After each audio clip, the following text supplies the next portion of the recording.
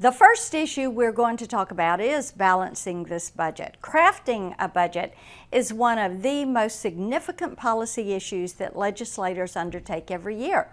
For most Americans, it's a necessity for them to balance their budget to ensure their incoming income will match or exceed the number of planned expenses. Tennessee Senator Marsha Blackburn here is presenting the second hour of her home economics master's thesis titled Kitchen Table Issues: How to Balance That Pesky Federal Checkbook. And she's sharing it with all of her constituents on Facebook. I can't wait to see how she links a single family budget to complex federal spending for millions of people. It's gonna be wild. Some states, including my home state of Tennessee, are required by law to balance their budgets. However, there is no requirement for the federal government to balance its budget. So what happens when the federal government doesn't balance its budget? Well, I'm so glad you asked.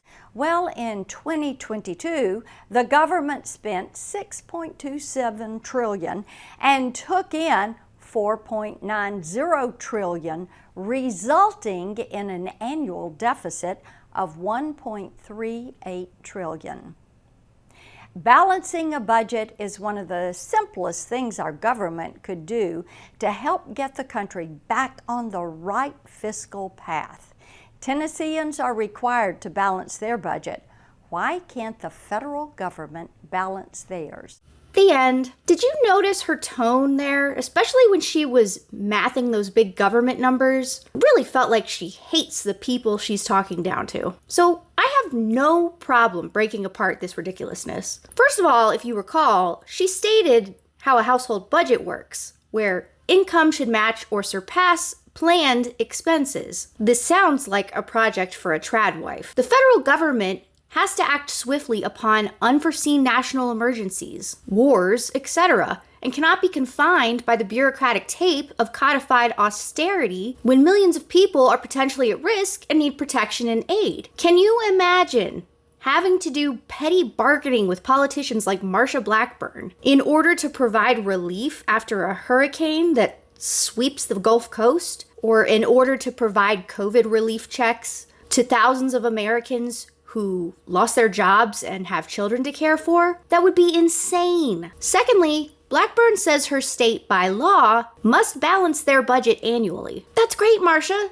Now, tell the people why balancing Tennessee's budget is made easier by the federal government providing outside funding that either supplements or covers the majority of costs in every area of spending, about 33%. Let's look at that big chunk of federal money that goes toward health care in Tennessee. Get ready for this. Your state's Medicaid program, Marsha, TennCare, gets 2/3 of its funding from the federal government. There's no cap, so if costs go up, the feds feed you more money, and the state has refused Medicaid dollars for hundreds of thousands of people, and instead wants to use temporary aid for needy families money to impose a work requirement for Medicaid coverage because they've been withholding a good chunk of that money through measly distribution of monthly support. Oh, and Tennessee ranks 8th for the share of federal funds in the state budget. Balancing the federal budget could drastically reduce federal funding to states. And it sounds like Tennessee needs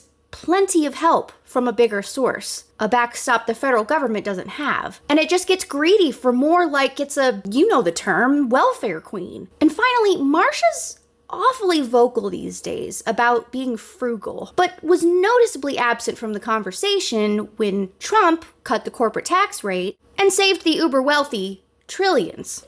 How do you square that debt? I know she'll support the House bill that makes Trump's tax cuts permanent while voting down any cost-saving measure the Democrats put out and taking checks from every corner of the lobbying world, because she's a welfare queen too. Senator Marsha Blackburn is pretending in this video that she cares about how taxpayer dollars are spent and that her constituents are able to balance their budgets. She'll gladly run the country deeper into debt and take your money and put it in rich people's pockets because they pay her to do that.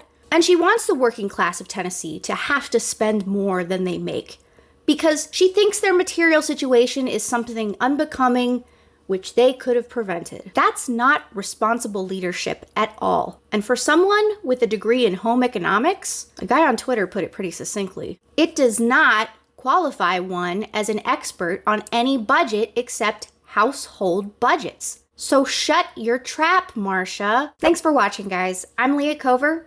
I've got more great content for you to watch on The Breakdown, and I'll see you in the next video.